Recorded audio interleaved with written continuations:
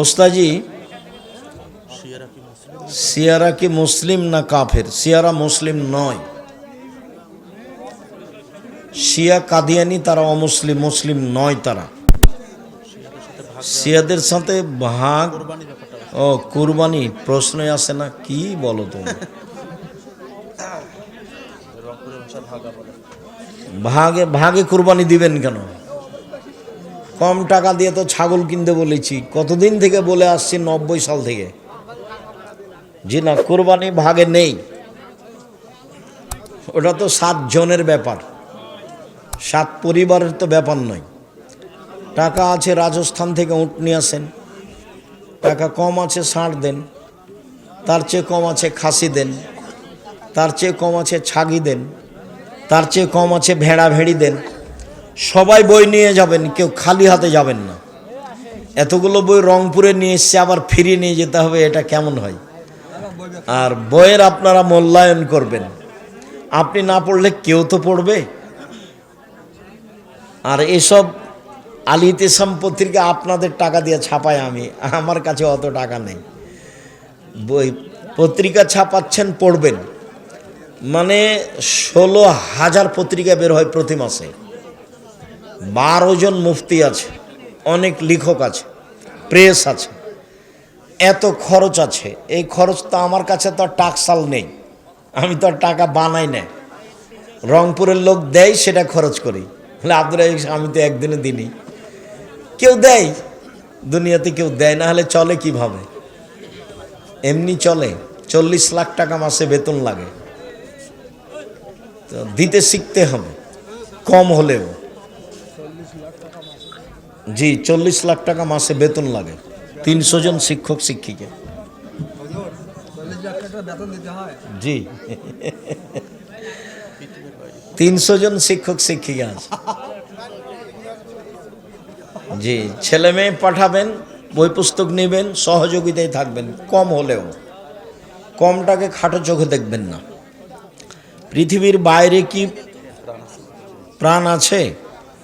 একটা হাদিস, সব জমিনেই আছে প্রাণী, সবাই তাসবিহ পাঠ করে, সব আকাশে আছে।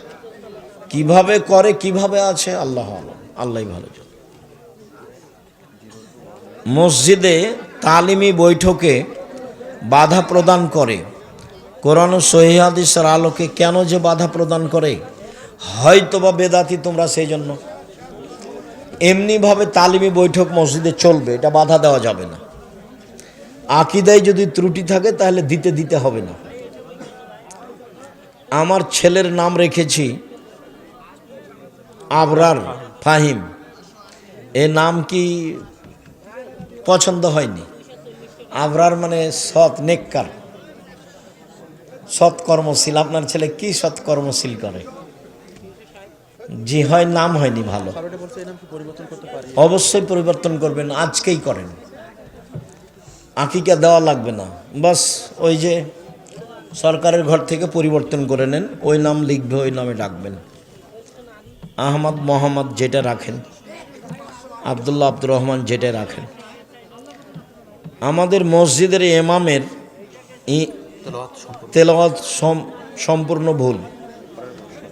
এই কথার অর্থ এই নয় যে তুমি ইমামের পিছনে সলাত আদায় করবো না, এই কথা নয়। তার পিছনেই সলাত আদায় করো, ভালো ইমাম নিয়োগ দাও। ওই ইমাম ফেতরা আদায় করতে বলে টাকা দিয়ে, এই ইমাম রাখা যাবে না। এই ইমাম পরিবর্তন করে দেন, দ্রুত পরিবর্তন করতে হবে। টাকা দিয়ে ফেতরা আদায় হবে না। সারা দুনিয়ার মানুষ যদি টাকা দিয়ে ফেতরা আদায় করে, সারা দুনিয়ার মানুষই গুনাহগার। রাসূল, সাহাবী, তাবি কেউ কোনোদিন টাকা দিয়ে ফেতরা দেননি।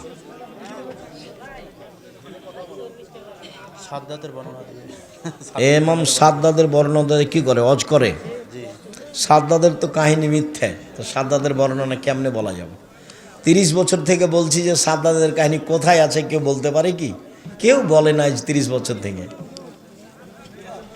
আমি বলছি সূরা ফাজরের আলোচনাতে আছে, আল্লামা আলুসি রুহুল মানিতে আলোচনা করেছে। সূরা ফাজরের আলোচনায় আদের 2টা ছেলে ছিল, সাদিদ ও সাদ্দাদ। সাদিদ মারা গেলে সাদ্দাদ পৃথিবী দখল করে বলে মিথ্যে ইতিহাস আছে। আমার বউ নামাজ পড়ে না, আমার করণীয় কি? দেখেন, যদি না বুঝে তাহলে তালাক দিতে হবে, কোনো পথ নেই। সুন্নতি লেবাস আছে কিন্তু নামাজ পড়ে না, চেষ্টা করেন পড়তেই হবে।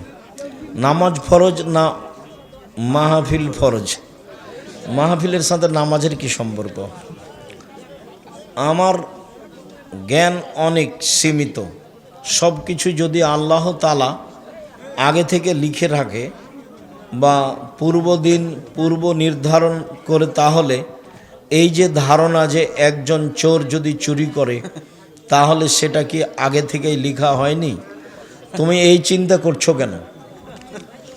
ওদিকে গিয়ে আগে জাহান্নামে যেতে চাচ্ছ কেন?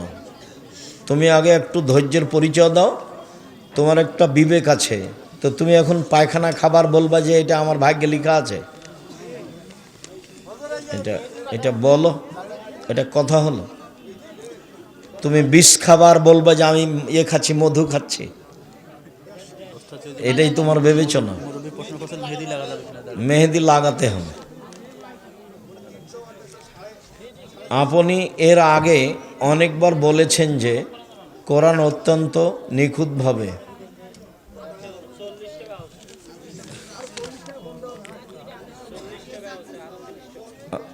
একেবারে অসুস্থ মানুষের চেয়ারে বসে নামাজ পড়লে নামাজ কবুল হবে কি? শরীরের গতিতেই পড়া ভালো, না পারলে চেয়ারে বসে পড়তে পারে। 5 ওয়াক্ত নামাজের মধ্যে নফল নামাজ নেই কেন? 5 ওয়াক্ত নামাজের মধ্যে নফল নেই কে বলেছে? যেটাই সুন্নাত সেটাই নফল। তোমার হুজুর তোমাকে কি শিখিয়েছে? ফরজ ব্যতীত অতিরিক্ত যেটা আছে সেটা হলো নফল। নফল মানে অতিরিক্ত, তো ওটাকে আমরা সুন্নাত বলি।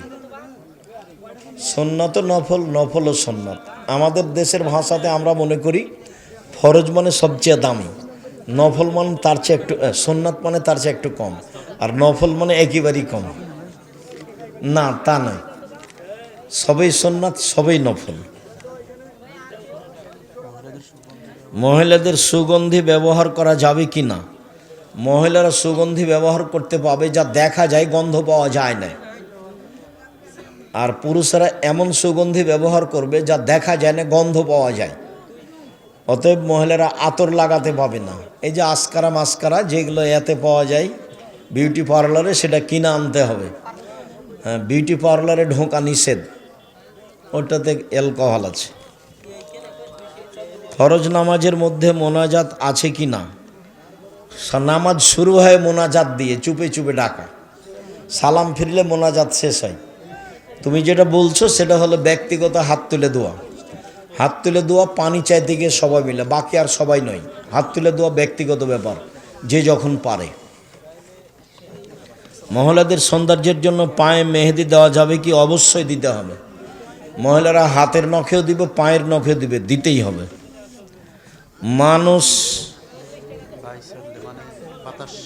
মানুষ বায়ু ছাড়লে অজু ভঙ্গ হইয়া যায়, কিন্তু সেইটা তোমাকে ভাবতে হবে কেন?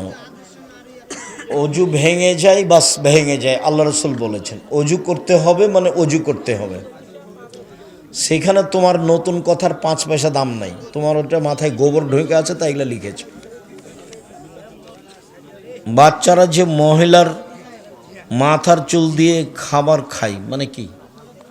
মহিলার মাথার চুল দেওয়া তো বিকৃত, হারাম, কাবিরা গুনাহ। শুকরিয়া, জাযাকুমুল্লাহ খায়র। আল্লাহ আমাদের যারা মারা গেছে তুমি তাদের কবরের শাস্তি মাফ করো। যারা আমরা অসুস্থ তুমি তাদের আরোগ্য দান করো। আমরা যারা বেঁচে আছি তুমি তাদেরকে তোমার রাসূলের পদ্ধতি অনুযায়ী চলার তৌফিক দান করো।